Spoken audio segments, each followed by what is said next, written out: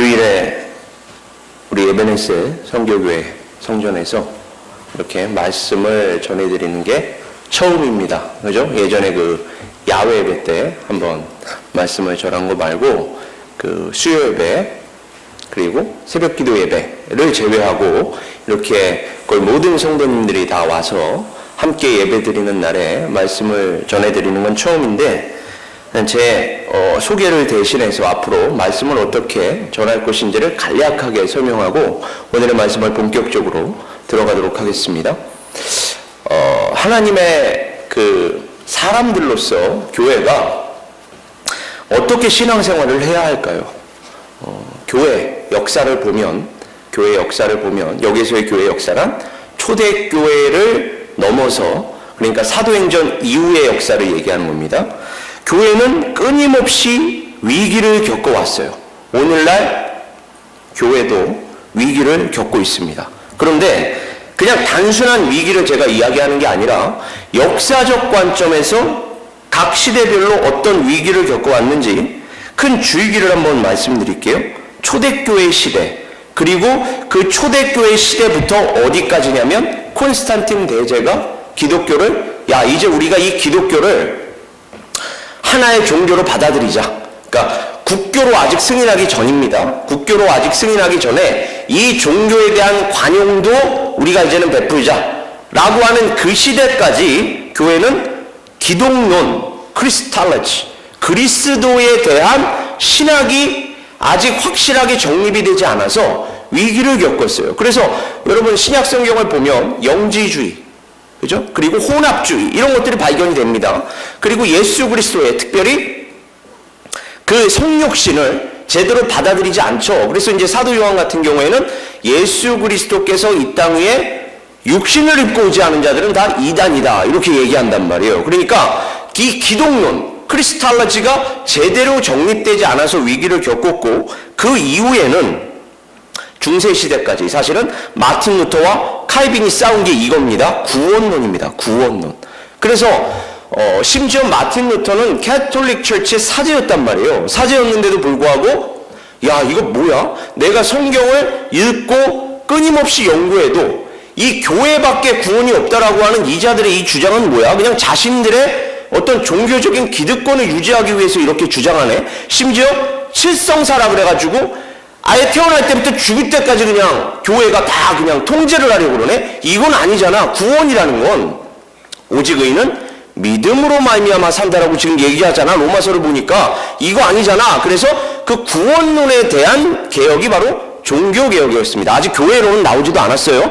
교회론으로 들어오면 거기에서부터 이제 감리교가 나오고 순복음이 나오고 장로교가 나오고 우리 지금 침례교가 나오는 것입니다. 그건 이제 교회론에 달린 거예요. 구원론은 사실은 다 똑같아야 돼요. 구원론은 우리 크리스탈로지, 특별히 이 프로테스탄트 개신교 교회 안에서의 구원론은 다 같아야 합니다. 이거는 근본이에요. 우리 기독교의 구원론이라는 건 어떻게 이루어진다고요? 오직 예수 그리스도 안에서 그분을 믿음으로 말미암아 이거에 대한 개혁이 바로 종교 개혁이었습니다. 그리고 그 이후에 근세와 근대에 들어오면 어떤 위기를 겪습니까? 성경론, 과학이 발달하고 이성이 발달하고 이러니까 이제 성경까지도 이거 하나님의 말씀 맞아? 이거 우리가 봤을 때는 그냥 수많은 인간 저자들을 통해서 집필이 된 그냥 하나의 문학 같은데 아주 뛰어난 훌륭한 그냥 문학 작품 중에 하나 같은데 이거를 하나님의 말씀이라고 우리가 이야기하는 게 맞아? 이것 때문에 우리 보수적인 기독교가 끊임없이 싸웠습니다. 그리고 지금 보수적인 이 기독교, 우리 남침례교를 비롯해서 보수적인 기독교 교단 그리고 신학자들이 끊임없이 싸워서 성경의 권위 그리고 이 성경이라는 하나님의 말씀이야. 성경에 절대적 권위가 있어. 이걸 지금까지 확립했단 말이에요. 이걸 확립해 놓으니까 오늘날과 같은 이 포스트 마더н 시대에 오면 교회론의 위기를 겪고 있습니다. 특히 이 코로나 시대가 그걸 앞당겼죠. 교회가 뭐야? 꼭 신앙생활이라는 걸 꼭 그렇게 교회라는 곳에 가서 신앙생활 해야 돼? 그곳에 가서 그렇게 함께 꼭 예배를 드려야 되는 게 맞는 거야? 이 코로나 때문에 감염이 되는데 심지어 모이면 이게 맞는 거야? 교회라는 게 도대체 뭐야? 그냥 나만 예수 잘 믿고 나만 천국 가면 되는 거 아니야? 이런 식으로 교회론이 지금 위기를 겪고 있단 말이에요. 그러니까 오늘날은, 그러니까 여러분 시대를 아셔야 돼요. 이 시대가 어떤 거를 대항해서 지금 싸워서 나아가야 할지를 여러분 우리가 분명히 알아야 한다는 것입니다. 그래서 오늘날 교회, 현대교회가 특별히 강조해야 할 것은 기독론은 당연히 우리 정립되어 있어요. 우리 믿음의 선진들을 통해서. 구원론 당연히 정립되어 있습니다. 그리고 아까 얘기한 성경론 당연히 정립되어 있어요. 오늘 이 성경론에 대해서 우리가 함께 나눠보는 것이 주제인데, 이것을 우리가 이제 앞으로 어떻게 구현해야 할 것이냐. 교회가 공동체성입니다. 공동체성. 그래서 이 성경이 교회를 어떻게 정의하는지부터 우리가 살펴봐야 돼요. 그리고 가장 중요한 건 사실은 모든 위기가 있었잖아요. 어떤 위기가 있었어요? 첫 번째로 기독론, 그 다음에 구원론, 그 다음에 성경론, 오늘날의 교회론에 이르기까지 교회가 이런 수많은 위기들을 겪을 때에 돌파했던 가장 근본적인 건 하나님의 말씀이었습니다. 영성이 아니에요. 우리의 개인적 경험이 아닙니다. 우리의 감정이 아니에요. 그러니까 영성주의자들, 이런 쪽으로 빠지는 자들은 퀘이커 교도라든지 우리가 흔히 알고 있는 자들로 얘기하자면, 또 아주 신비스러운 체험을 추구하는 자들이라든지, 이런 자들은 어느 순간 되면 그 당대에는 야, 저들에게 능력 있네 라고 평가를 받을지는 몰라도 결국은 이단으로 빠져버려요. 이 특별한 경험을 추구하는 자들은. 그러니까 근본적으로는 우리가 뭘 추구해야 되는 거예요? 하나님의 말씀. 성경을 제대로 알고 제대로 그 안에서 자라가야 하는 것입니다. 그래서 사도 베드로는 너희가 그리스도를 아는 지식에서 자라가라 이렇게 얘기해요. 그리스도를 아는 지식, 그게 바로 성경인 것입니다. 그래서 오늘 본문 말씀 제가 제목으로 성경이란 예수 그리스도에 관한 모든 것, 왜 이렇게 얘기했느냐? 성경을 우리가 볼 때도요, 같은 성경을 보면서도요 다르게 해석을 하거든요. 그래서 이제 교단들이 나누어지고 또 신학자들의 부류가 나누어지거든요. 그런데 그렇다면 성경을 바라보는 가장 그 최선의 관점이 뭘까요? 바로 예수 그리스도 중심적인 관점입니다. 왜요? 지금 예수님께서 친히 말씀하시잖아요. 성경이라는 게 뭐라고요? 예수 그리스도에 관한 거예요. 그러니까 그 얘기가 뭐냐? 성경을 바라볼 때에 신구약 성경 모두를 다 뭘로 읽어야 돼요? 예수 그리스도로 읽어야 하는 것입니다. 신구약 성경은 다 누구에 관한 거라고요? 예수 그리스도에 관한 거예요. 구약 성경은 오실 예수 그리스도를 예언하고 있고, 신약 성경 특히 사복음서는 그 예수 그리스도를 그분의 인격, 그분의 성육신, 그분의 공생애, 그분의 십자가 사역, 부활, 승천, 그리고 재림까지 다루고 있고, 그거를 잘 알아듣지 못하는 교회에게 하나하나 설명해 주고 있는 게 바로 서신서라는 것입니다. 그리고 인류의 마지막 날을 기록하고 있는 게 요한계시록이에요. 이렇게 모든 성경의 66권을 예수 그리스도 중심적으로 바라봐야 하고, 그리고 우리가 성경을 읽을 때에 반드시 그 성경을 무엇으로 혹은 누구로 완성해야 합니까? 예수 그리스도로 완성해야 돼요. 아, 이게 이렇게 예수 그리스도와 연결이 되는구나. 그리고 이 예수 그리스도를 오늘날 어떻게 우리가 받아들여야 되고 우리 삶 속에서 어떻게 적용해야 되는 것이구나. 이런 성경 해석적인 관점이 먼저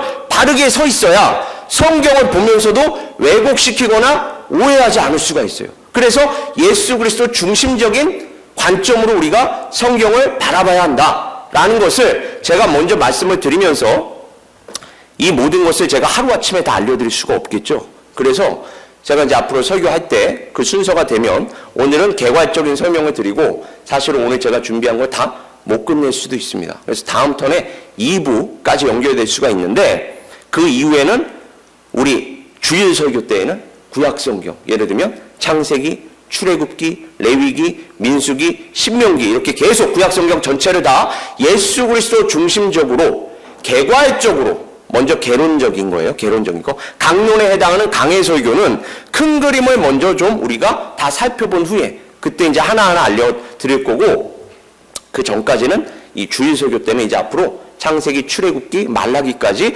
예수 그리스도 중심적으로 이걸 어떻게 바라봐야 하지를 이제 함께 나눌 것입니다. 그리고 수요 예배 때는 신약 성경을 말 그대로 예수 그리스도 중심적으로 다룰 거예요. 빠지시면은 놓치게 됩니다. 그러니까 성경 전체를 우리가 예수 그리스도 중심적으로 한번 이번에 잘 알아가 보자고요. 우리 사도 베드로가 얘기한 대로 그리스도를 아는 지식에서 자라가자. 우리의 신앙생활, 우리의 세계관, 우리의 신앙관은 사실은 성경 위에 세워져야 합니다. 성경이 이 건물로 얘기하면 그 주춧돌, 머릿돌에 해당해요. 그리고 이 위에서, 성경 위에서 교회사, 아까 제가 얘기한 초대교회 이후의 역사를 우리가 함께 알아가야 하며, 사실은 모든 성도가 성경을 알아가야 하는 것은, 성경이라는 건 목사들만을 위한 책이 아닙니다. 선교사들만을 위한 책이 아니에요. 신학자들만을 위한 책이 아니고 모든 성도, 모든 그리스도인 교회를 위한 책입니다. 그래서 모든 성도가 다 교회에 포함이 되어 있다면 성경을 함께 알아가야 돼요. 그러니까 이거는 공통적인 것이고, 우리가 일꾼이다, 집사다, 직분자다. 그러면 교회가 뭐지? 교회 역사가 이거에 대해서 어떻게 얘기하나로 올려야 돼요. 올리고 그 지붕을 성경신학, 조직신학, 역사신학 이런 것들로 이제 채워나가야 합니다. 위에 거는 이제 목사나 신학자들이 한다고 하더라도 교회를 함께 세워나가는 직분자들은 최소한 교회 역사를 알아야 돼요. 왜요? 교회 역사를 알아야 우리 침례교가 뭡니까? 장로교가 뭡니까? 감리교가 뭡니까? 순복음이 뭡니까? 이거 다 성경적이지만 그 중에서도 더 성경적인 게 뭡니까? 이렇게 우리가 침례교인으로서도 우리가 정체성, 아이덴티티를 세우려면 교회의 역사를 알아야 되거든요. 장로교나 루터교, 지금 우리 교회가 빌려 쓰고 있는 이 루터교 같은 경우에는 사실은 로먼 캐톨릭으로부터 파생되어 나온 교단이고, 우리 남침례교는 물론 그 뿌리로 가면은 로먼 캐톨릭에서 다 나온 것이지만 나중에 제가 도표를 딱 보여드릴 거예요. 그림으로. 아, 우리 남침례교가 저기 있는 거구나. 이렇게 이제 그 전체적인 그림을 보여드릴 텐데, 우리는 사실은 영국 성공회로부터 이렇게 분리자들로부터 나와서 여기까지 온 건데, 이러한 교회 역사를 알아야 우리가 신앙생활을 한다는 게 무엇이고, 그리고 오늘날 어떻게 신앙생활을 하는 것이 하나님께서 보시기에 가장 아름답고 가장 선한 것인가를 우리가 판단하고 그 분별력을 가지고 나아갈 수가 있단 말이에요. 그러니까 이 모든 것들을 우리가 이제 앞으로 세워나가는 그 출발점은 뭐라고요? 성경인 것입니다. 성경. 말씀을 먼저 제대로 알아야 돼요. 그리고 이 말씀에 대해서 이들은 이렇게 해석했고 저들은 저렇게 해석했구나. 따라서 우리가 전체적으로 교회 역사까지 보고 조직신학을 보고 성경신학을 보고 역사신학을 봤을 때 이 부분은 이렇게 해석하는 것이 가장 균형 잡히고 성경적인 것이겠구나. 사실은 이런 용어 하나하나가 여러분들에게 조금 낯설 수 있습니다. 제가 이제 설교를 해나가면서 하나하나 설명해 드릴 거예요. 지금 목사님이 성경신학도 얘기하고 조직신학도 얘기하고 역사신학도 얘기하는데 저게 뭐지? 제가 차차 이제 알려드릴 겁니다. 자, 그러면 오늘 본문 말씀을 이제 본격적으로 한번 시작을 해볼게요. 자, 성경은 구약과 신약 모두에 걸쳐서 예수 그리스도 안에서, 그리고 예수 그리스도를 통한 하나님의 원대한 구속사입니다. 그러니까 구속사로 읽어야 돼요. 아까 뭐라고 얘기했죠? 예수님이 너희가 성경에서 무엇을 얻는 줄 알고? 영생을 얻는 줄 알고. 구원에 관한 거예요. 구원에 관한 거. 그죠? 원대한 구속사입니다. 여기서 무슨 공룡이 언제 인류 역사에 있었습니까? 이런 거 여기서 찾으시면 안 돼요.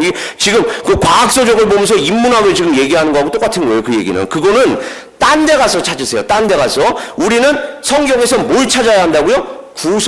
구속사를 성경에서는 찾아야 돼요. 그게 가장 큰 주제입니다. 모든 성경은 하나님의 백성, 하나님의 사람들 또는 그리스도인들, 신약 성경으로 오면 그들의 구원과 영생을 위한 예수 그리스도를 하나님의 아들, 주님, 구주로 제시합니다. 성경에서 제시되는 모든 믿음의 사람들, 이제 제가 요거를 개괄적으로 설명해 드릴 거예요. 모든 믿음의 사람들은, 그렇다면 분명히 모든 성경이 다 예수에 관한 것이라고 얘기했는데 아담은 뭐고 아브라함은 뭐고 다윗은 뭐예요? 이렇게 얘기할 수 있잖아요. 그렇죠? 이 모든 믿음의 사람들은 다 예수 그리스도의 그림자로서 제시가 됩니다. 이걸 신학적으로 타이팔레치, 예표론이라고 얘기해요. 그러니까 예표하는 거예요. 미리 보여주는 거예요. 예수 그리스도를 그림자로서 미리 보여주는 것입니다. 그러니까 실체가 아직 오기 전에, 여러분 생각해 보세요. 학생들에게 수학을 가르칩니다. 수학을 가르칠 때에 처음부터 미적분을 가르치면 그 학생이 알아듣습니까? 못 알아듣죠? 그러니까 그 미적분을 가르치기 전에 유치원 때부터 초등학교 때부터 뭐부터 가르치죠? 덧셈, 뺄셈, 곱셈, 나눗셈부터 가르쳐요. 그죠? 그러니까 사칙 연산부터 가르치고 사칙 연산이 끝나고 나면 방정식을 가르치고 함수를 가르치고 그리고 그 모든 것들 그러니까 미적분을 배우기 전까지의 모든 과정이 다 끝나면 비로소 미적분을 이제 가르치는 것이거든요. 그러니까 미적분을 가르치기 전에 준비 과정으로 그렇게 유치원 때부터 초등학교 때부터 수학을 사칙 연산, 덧셈, 뺄셈부터 가르치는 거예요. 그죠? 예수님께서는 그러한 역할을 지금 하고 계신 겁니다. 예수 그리스도가 실체, 미적분이라 그러면 미적분을 가르치기 전에 하나님께서 우리에게 무엇을 가르치신 거예요? 덧셈, 뺄셈, 곱셈, 나눗셈. 그래서 제가 아까도 말씀드렸지만 아브라함이 아브라함으로 끝나면 안 된다니까요. 우리가 구약 성경을 볼 때 아브라함은 반드시 누구하고 연결되어야 한다고요? 예수 그리스도와 연결이 돼야 돼요. 우리는 기독교입니다. 제가 수요 예배 때도 말씀드렸는데 크리스찬이티예요. 예수 그리스도를 믿는 종교지 아브라함 본문을 읽으면서 아브라함으로 끝나면 우린 유대교예요. 그 유대교인데도 그렇게 읽으니까 우린 유대교가 아닙니다. 우리는 유대교가 아니라 기독교예요. 예수 그리스도를 믿는 기독교란 말입니다. 그러니까 모든 본문이 다 누구로 완성되어야 한다고요?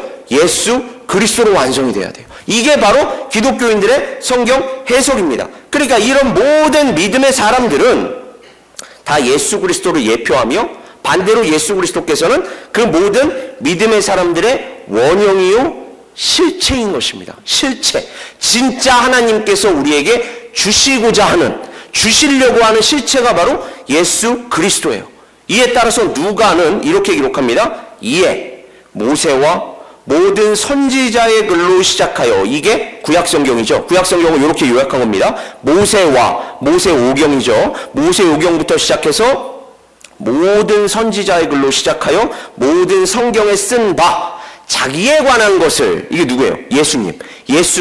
예수께서 친히 자기에 관한 것을 부활 후에 자세히 설명하시니라. 엠마오로 가는 길에서 그 제자들에게 누가복음 24장 27절을 가보면 예수께서 모세와 모든 선지자의 글로 시작하여 모든 성경에 쓴 바 자기에 관한 것을 자세히 설명하시니라. 이게 오늘날 우리 교회 지도자들이 성경을 제대로 설명하고 가르치는 방법이에요. 아, 구약 성경을 다 누구에 관한 것으로 수렴시켜서 제시한다? 예수 그리스도로. 히브리서 기자는 그래서 그리스도인들에게 믿음의 주요, 또 온전하게 하시는 이 모든 믿음의 주요, 이제 우리 믿음을 온전하게 하신다. 이제는 그 그림자가 아니라 실체로서 온전하게 하시는 이인 예수를 바라보자.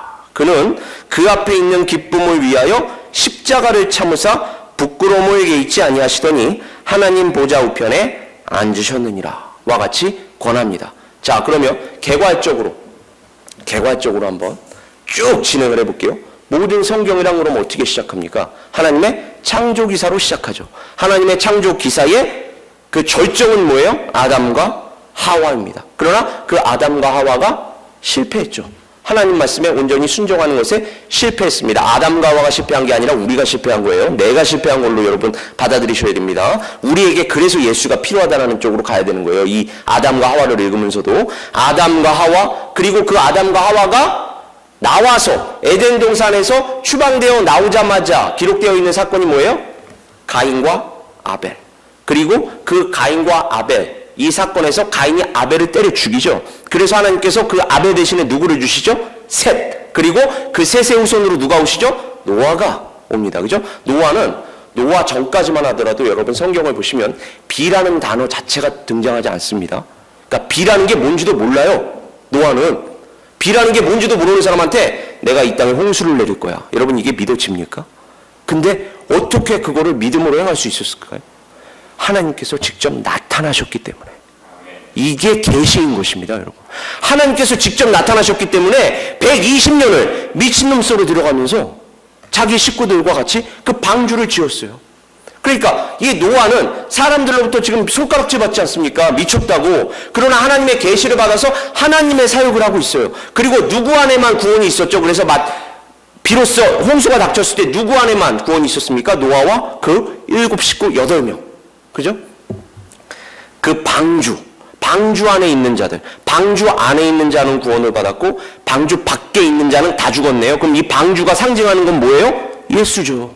예수 안에 있는 자 살고 예수 밖에 있는 자는 죽는 겁니다. 그러니까 이 모든 게 다 이렇게 연결이 돼야 돼요. 구약 성경에 지금 제가 예를 들어드리자면 모든 성경을 다 이렇게 예수 그리스도로 연결을 시켜야 됩니다. 그렇지 않으면 지금 우리 66권은 사실은 정경으로 편집될 수 없었어요. 그래서 지금 외경도 있고 위경도 있고 수많은 문서들이 있는데 그것들은 성경으로 채택이 안 되고 우리가 갖고 있는 66권만 채택된 데에는 이런 기준이 있었다는 것입니다. 예수 그리스도와 반드시 연결이 돼야 돼요. 그러니까 에스더 같은 경우에는 여러분 보세요.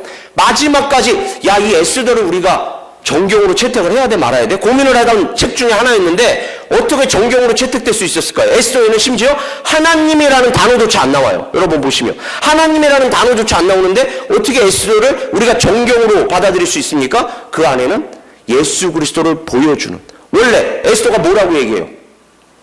내가 죽으면 죽으리이다. 너희가 나를 위하여 내가 왕께로 나아갈 테니 목숨을 걸고 밤낮 3일을, 그것도 3일이네.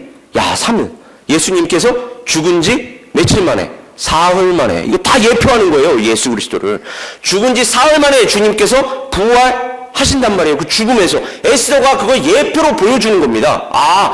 이 에스더가 자기 민족을 대신해서, 예수님께서도 자기 민족, 하나님의 백성 대신해서 나아가신 거죠. 대표해서. 이걸 그래서 이제 대속적인 구원이다. 이렇게 이제 속죄다. 이렇게 얘기하는 건데, 이 에스더가 자기 목숨을 걸고 너희가 나를 위하여, 나도 먹지도 않고 마시지도 않을 테니까 나를 위하여 삼낮 밤일을 금식이라는 건 죽는다는 겁니다. 여러분 금식을 왜 해요?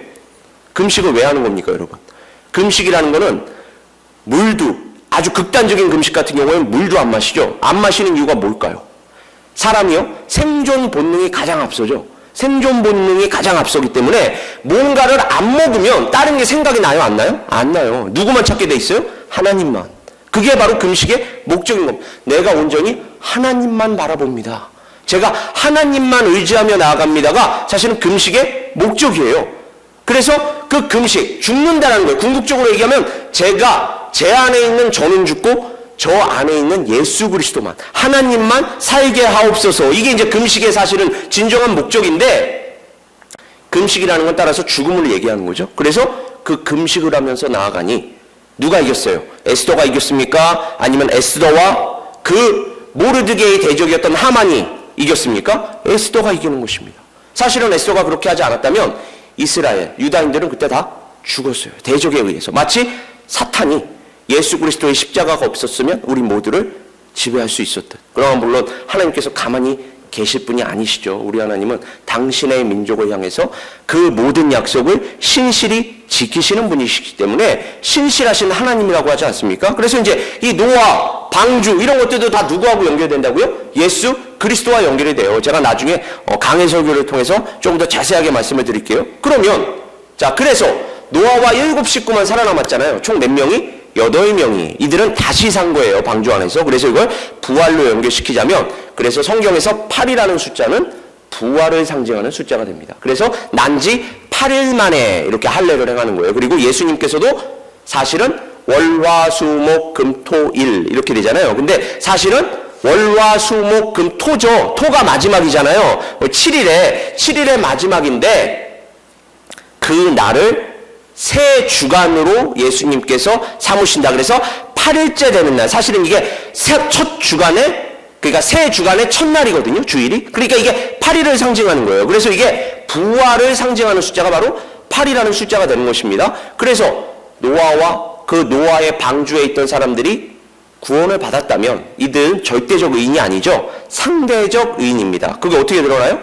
그 이후에 노아 보세요. 농사 짓다가 포도주 마시고 술 취해서 쓰러지잖아요. 그죠? 그것만 보더라도 절대적 의인이 아니다. 따라서 그림자다. 역시나 이렇게 결론이 나는데, 어쨌든 간에 상대적 의인들만 살아남았어요. 그러면 뭔가 의로운 세상이 되어야 하는 거 아닙니까? 뭔가 옳은 세상, 바른 세상이 되어야 하는 거 아니에요? 그러나 웬걸? 바로 바벨탑 사건이 이어집니다. 우리에게는 도저히 희망이 없다는 걸 보여주는 거죠. 그리고 그 가운데에 바벨탑에서 어떤 저주가 임하죠?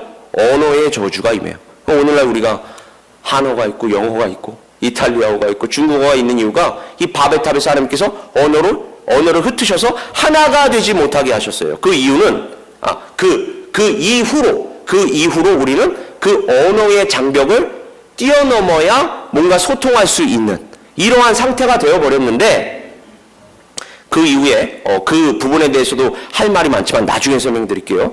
그 이후에 하나님께서 다 흩으시는 중에 당신과 언약을 맺었던 누구를 부르십니까? 아브라함을 부르세요. 그죠? 믿음의 조상입니다. 그러니까 지금 전반부, 창세기를 사실은 전반부, 후반부로 나누면 창세기 11장까지가 전반부, 그러니까 바벨탑까지입니다.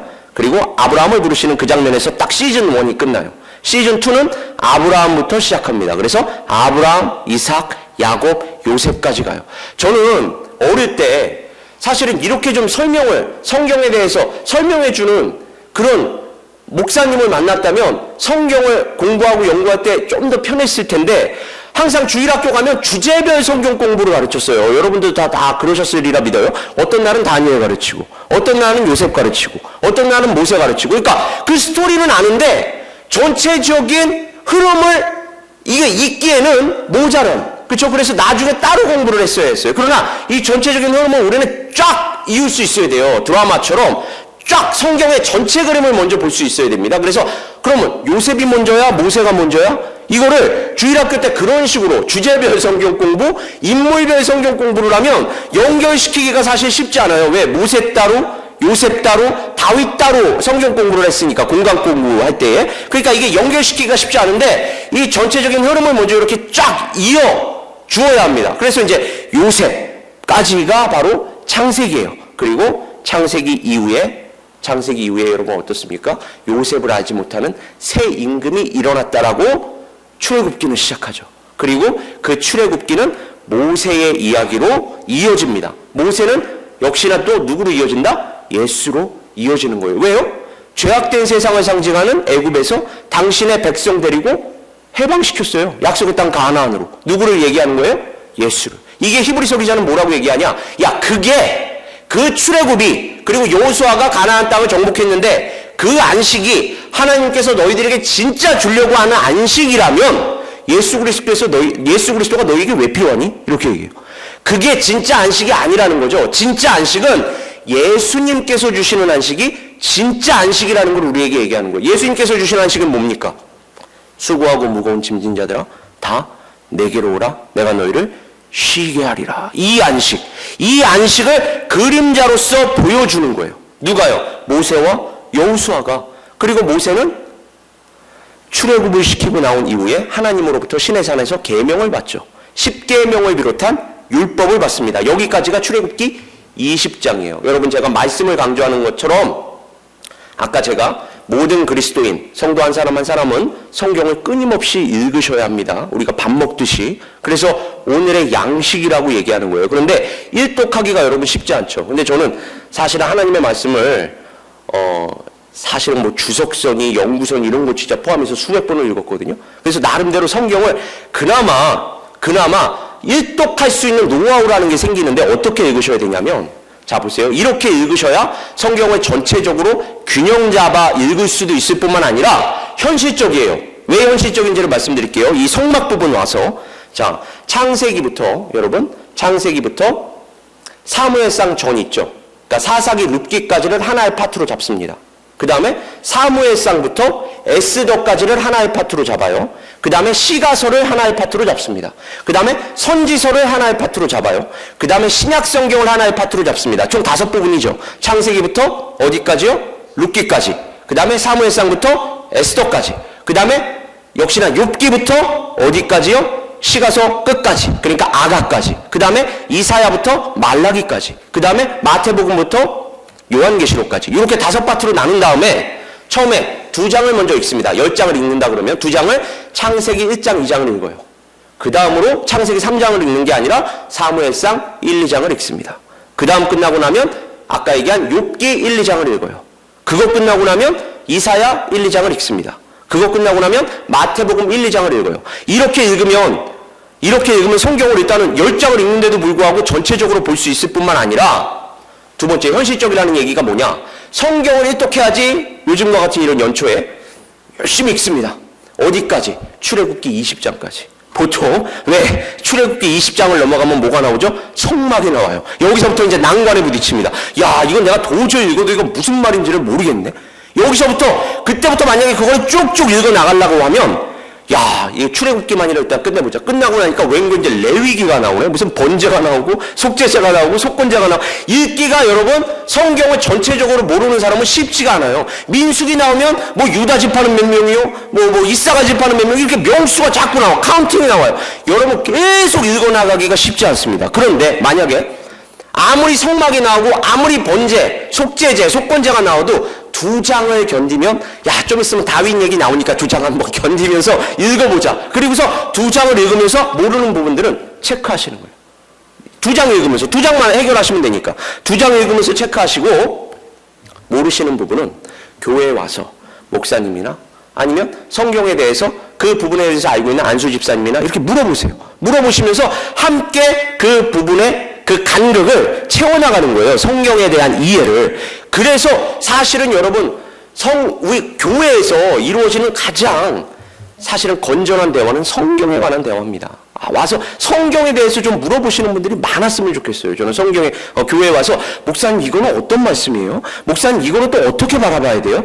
그 말씀이 사실은요 정말 추상적이고 신학적인 물음 같지만 그거에 대한 해답이 우리 삶에 대한 모든 해답인 줄 믿기 때문에 그렇습니다. 우리 모든 인생 문제에 대한 해답이 어디에 있어요? 성경에 있어요. 성경에. 아니 목사님 근데 이거는 안 나와 있는데요? 저거는 안 나와 있는데요? 아까 제가 얘기한 무슨 공룡은 안 나와 있는데요? 만약에 하나님께서 그것까지 다 쓰셨으면 여러분 66권도 안 읽고 있는데 지금 그죠? 그것까지 만약에 그럼 뭐 666권을 쓰라는 얘기입니까? 하나님한테? 그거 읽겠어요? 과연? 여러분? 그러니까 66권도 제대로 지금 안 읽고 있는데 현대 그리스도인들이 아니 666권으로 하나님께서 요한이 뭐라고 얘기해요? 요한이 하나님께서 사실은 역사하신 모든 것들을 다 기록한다면 이 세상이라도 부족할 줄 아노라 이렇게 얘기해요. 그러니까 하나님께서 사실은 우리에게 가장 필요한 핵심적인 것들만 요약해서 추려서 우리에게 66권으로 주신 거예요. 근데 이것도 안 읽잖아요. 지금 이것도 안 읽으면서 왜 이건 성경에 없나요? 이런 얘기하면 안 된다는 거예요. 그러니까 66권이라도 우리는 끊임없이 연구하면서 그 안에서 나누기 시작해야 돼요. 다시 율법으로 돌아와서 출애굽기 20장까지가 바로 이 율법에 관한 말씀입니다. 그리고 그 이후에 성막이 나와요. 그리고 성막이 나오는 이후에는 제사, 예배, 속죄제, 속건제 뭐 이런 것들이 나옵니다. 그리고 하나님의 군대로서 이제는 사람들을 계수합니다. 여러분 이게 여러분 조금만 생각해 보면 아 오늘날 교회도 이렇구나 여러분 생각해 보세요. 한국에서 미국으로 처음으로 이민을 온 사람들이라고 칩시다. 우리가 만약에 근데 우리가 교인이에요. 성도들이에요. 하나님을 믿어요. 하나님을 예배해야 되겠죠 매주. 그러면 오자마자 뭘 해야 하죠? 교회를 세워야 하죠. 이게 뭐예요? 성막이에요. 말씀은 있으니까 성막입니다. 이게 성막을 세웠어요. 자 이런 교회를 세웠습니다. 자 이제 그 다음부터 필요한 게 뭐예요? 예배를 드려야 할 거 아닙니까? 그 안에서 그죠? 예배를 드리려면 예배를 인도할 사람들이 필요하잖아요. 레위기예요. 레위기 이게. 자 다시 한번 출애굽기의 성막 말씀은 이미 있으니까 10계명 우리에게는 말씀이 이미 있잖아요. 10계명 받았어요. 받았어. 이제 새로운 곳으로 이동했습니다. 지금 그러면 뭐부터 세워야 한다고요? 교회부터. 이게 바로 성막이에요. 이 구약시대로 얘기하면 성막. 그 성막 세운 다음에 누가 필요하다고요? 교회 인도자들이 필요하죠. 지도자들이. 그러니까 레위기를 통해서 레위인들을 세우고 그 레위인들을 통해서 제사를 실행하는 거예요. 그죠? 근데 이거의 핵심은 피제사예요. 피제사. 그러니까 피제사의 핵심은 뭡니까? 피제사. 생명이죠. 생명. 생명. 그죠? 근데 나중에 히브리서 기자가 얘기하죠. 야, 너희 설마 순양의 피가 그리고 순염소의 피가 너희의 죄를 진짜 씻을 거라고 생각하니? 그 피는 그림자였어. 진짜 피는 예수의 피야. 이거 얘기하죠. 그러니까 순양과 순염소의 피가 궁극적으로 가리키는 건 예수 그리스도 십자가 보혈인 것입니다. 여러분. 그러니까 그걸 보면서 야, 하나님께서 우리가 도저히 못 알아들으시니까 우리의 이성으로는 하나님이라는 존재를 도저히 모르니까 하나님이 나타나셔서 알려주셔야만 우리가 알 수 있기 때문에 하나하나 이렇게 초보 단계부터 알려주시는구나. 그래서 나중에 그 사도 바울은 성경에 대해서 해설하면서 구약 성경을 뭐라고 얘기해요? 옛날 성경 보면 몽학 선생이다. 요즘 성경으로 얘기하면 초등교사다. 이렇게 얘기해요. 그러니까 그거를 통해서 우리가 알아갔던 거예요. 하나님에 대해서 조금씩. 근데 우리는 이제는 더 이상 그 초등교사에 머무르면 안 되고, 여러분 그거에 머무를 것 같으면 지금도 순양 잡아야죠. 순념소 잡아야죠. 그렇죠? 우리 이거 안 잡잖아요. 누구의 피에 의지해서 가요? 예수 그리스도의 피에 의지해서 간단 말이에요. 그러니까 그건 다 그림자였어요. 예전에 제가 사역할 때 어떤 청년이 그런 얘기 하더라고요. 아니, 문둥병이라는 게 요즘에 거의 있지도 않는데 이 문둥병을 왜 우리가 이 성경에서 이렇게 긴 장을 하라 해가지고 이걸 봐야 합니까? 그 문둥병이라는 건 당시에 어떤 병이에요? 죽을 병. 야, 우리가 하나님의 은혜 없으면 그렇게 죽을 자라는 걸 알려주는 거야. 우리는 그렇게 죽는 거야, 사실은 문둥병에 걸려서. 그러나 하나님의 은혜로 그 병이 치유함을 받아서 사는 자들이 되는 거야. 이걸 이제 문둥병을 통해서 여러분, 그러니까 문둥병이라는 오늘날 있지도 않는데 이렇게 시대착오적인 거 아니야? 이렇게 바라보시면 안 되고, 항상 제가 뭐라고 얘기했죠? 성경을 누구 중심으로 봐야 한다? 예수 중심으로 봐야 한다. 그래서 그 문둥병에 걸린 자들은 사실 죽을 자들인데 예수 그리스도의 보혈로 우리가 깨끗하게 나음을 받아 하나님 앞으로 가는 거란 말이에요. 그래서 흰옷을 입고 가는 거예요. 흰옷을 입고 깨끗하게 단장해서. 그렇게 예배를 다 드렸어요. 그러면 자, 이제 예배 끝났습니다. 그럼 오늘도 우리 최 목사님께서 안수의 그 축복 기도하시면서 이제 예배 끝나잖아요. 성부와 성자와 성령의 이름으로 이제 축복을 하며 나가죠. 그럼 여러분 예배를 다 드렸어요. 그럼 어디로 가죠? 세상으로 나가죠. 세상에 나가서 여러분 영적 전쟁을 치르면서 하루하루를 사셔야 돼요. 그게 뭐예요? 민숙이에요. 하나님의 군대가 돼서 나가는 거예요, 여러분. 근데 군대가 돼서 나갔는데 아직 초보 단계니까 이겨요, 저요? 진단 말이에요. 근데 사실은 교회들도 다 이 시점에서 다 싸움이 일어납니다. 이민교회들도. 여러분 이 역사를 알면 우리가 쉽게 이해가 돼요. 이 시점이 되면 이때부터 막 싸움박질해. 고라당이 나옵니다. 그죠? 갈렙과 여호수아 빼고는 순종하는 자도 없어. 그리고 밖에서도 발람 또 발락 이런 자들이 와가지고 막 교회를 막 욕하기 시작합니다. 이런 것들이 언제 일어나요? 민수기 그 타이밍에 일어나요. 그리고 비로소 1세대는 죽습니다. 우리에게는 도저히 희망이 없다라는 걸 보여주는 거죠. 그리고 2세대가 됐을 때에 2세대만이 이제 그 하나님의 나라, 하나님께서 말씀하신 그 하나님의 나라를 궁극적으로는 하나님의 나라지만 이때 당시에는 약속의 땅 가나안으로 들어갈 때에 2세대에게 모세가 죽기 직전에 다시 한번 설교를 하죠. 이게 뭐예요? 신명기가 되는 겁니다. 근데 요 사이에서도요, 계시라는 게 아까 제가 초보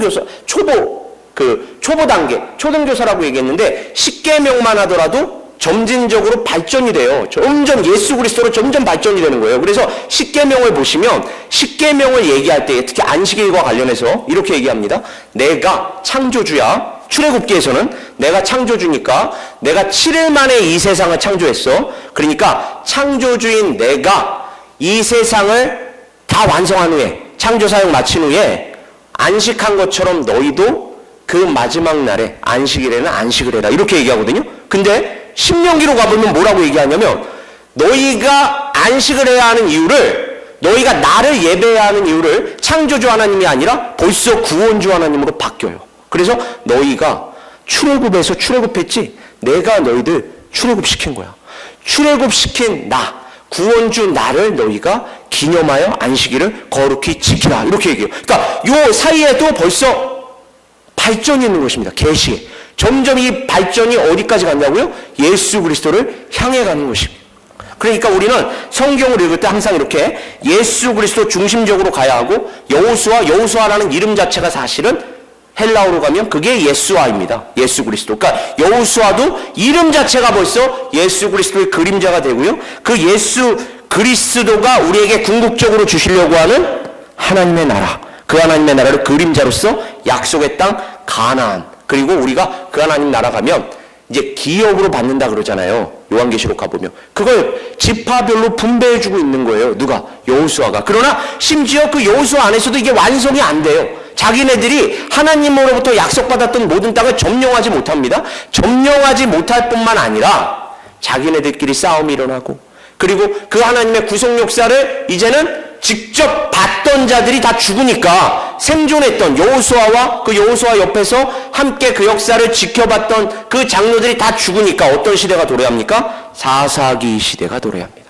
이 사사기 시대의 사사들 또한 그림자로 누구를 보여준다? 예수를 보여주는 거예요.